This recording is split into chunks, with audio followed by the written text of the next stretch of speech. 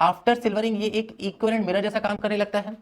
Silvering के दौरान हम लोग ये पाते हैं कि 2 बार ऐसा काम करता है और 1 बार मिरर जैसा काम करता है, और आफ्टर सिल्वरिंग तो मिरर बन ही गया है। अब पावर से अगर हम लोग फोकल लेंथ पर जाते हैं तो फॉर्मूला लिखते हैं -1/fm इक्विवेलेंट, क्योंकि मिरर का जो पावर होता है वो -1/fm होता है, लेंस का तो 1/f, पावर का फॉर्मूला 1/fl, मिरर के लिए वापस माइनस, तो -1/fm। इस माइनस का मल्टीप्लाई करेंगे तो चीजें पलट जाएंगी, तो focal length of mirror equivalent जो आएगा आ जाएगा 1 focal length of mirror minus 2 divided by focal length of the lens. Very important, clear ना।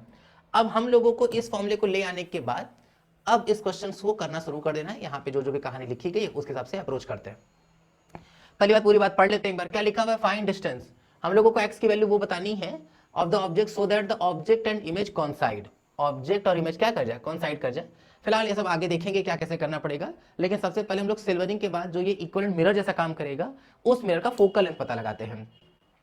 सबसे पहली बात, ये कॉन्वेक्स साइड है जिसको सिल्वरिंग किए हैं, तो ये कॉन्केव मिरर जैसा बन जाएगा। कॉन्केव मिरर की बात करें अगर तो इसका फॉर्मूला क्या हो जाएगा? 1/r/2 चला गया ऊपर। कॉन्केव मिरर का फोकल लेंथ नेगेटिव, तो यहाँ पे क्या रख देंगे? माइनस रख देंगे, क्लियर है ना।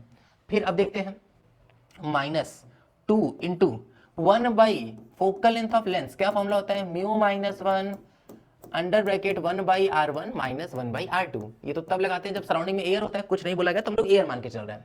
लेंस का रिफ्रैक्टिव इंडेक्स म्यू है तो रखते हैं, क्या लिखेंगे? म्यू -1, पहला वाला सरफेस जो इसका r1 होगा पॉजिटिव होगा 1/r, इस वाले का जो r2 का वो नेगेटिव होगा, एक नेगेटिव पहले से तो नेगेटिव नेगेटिव प्लस होकर के जुड़ जाएगा, तो यहाँ वैल्यू क्या आ जाएगा? 2 times of mu -1 divided by क्या हो जाएगा? r, ठीक है।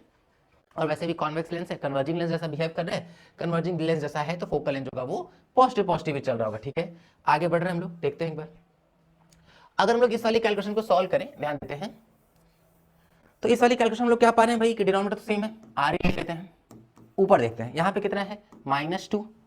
अगर हम -2 2 4 कर लें, अंदर मल्टीप्लाई करेंगे कितना आएगा? -4 म्यू, अब फिर 2 -2 और एक और -2 तो माइनस माइनस प्लस 2 2 कितना हो जाएगा? 4। यहाँ पे वैल्यू कितना आ जाएगा? 4 - 2 2 - 4 म्यू और डिवाइडेड बाई क्या चल रहा होगा? r चल रहा होगा, क्लियर ना।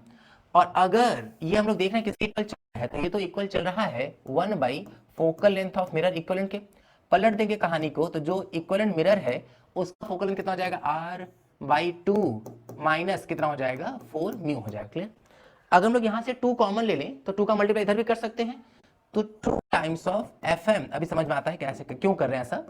r डिवाइडेड बाई कितना हो जाएगा? 1 - 2 म्यू होगा। ध्यान देते हैं एक बार। सबसे पहली बात, अगर लोग ध्यान देखें तो म्यू का वैल्यू 1 से बड़ा होगा, अगर 1 से बड़ा होगा तो ये टर्म पक्के से नेगेटिव आएगा। Focal length of mirror negative आ रहा है, इसका मतलब कॉन्केव मिरर है, और हम लोगों को कॉन्केव मिरर की प्रॉपर्टी से पता होना चाहिए, याद होना चाहिए कि जो ऑब्जेक्ट है वहीं पर इमेज बनेगा तभी कॉन्साइड करेगा, और ऐसा तभी होता है जब ऑब्जेक्ट पुल से 2f के डिस्टेंस पर रखा हो, या ये भी बोल सकते हैं कि सेंटर ऑफ कर्वेचर रखा हो, ठीक है। तो जो x की वैल्यू चाहिए वो किसके इक्वल चाहिए? वो 2f के इक्वल चाहिए। और नेगेटिव बिल्कुल ये बात ही बता रहे हैं, यहाँ से माइनस कॉमन लेंगे तो u का ही तो काम कर रहे हैं ना ये, और u नेगेटिव मतलब रियल ऑब्जेक्ट है तो वो भी ठीक ठीक चल रहा है। खैर हम लोगों से यही डिस्टेंस पूछा गया है तो वही इक्वल हो जाएगा किसके? r/1 - 2 म्यू के। तो इसका ऑप्शन नंबर फर्स्ट आता हुआ दिखाई दे जाएगा, क्लियर है ना।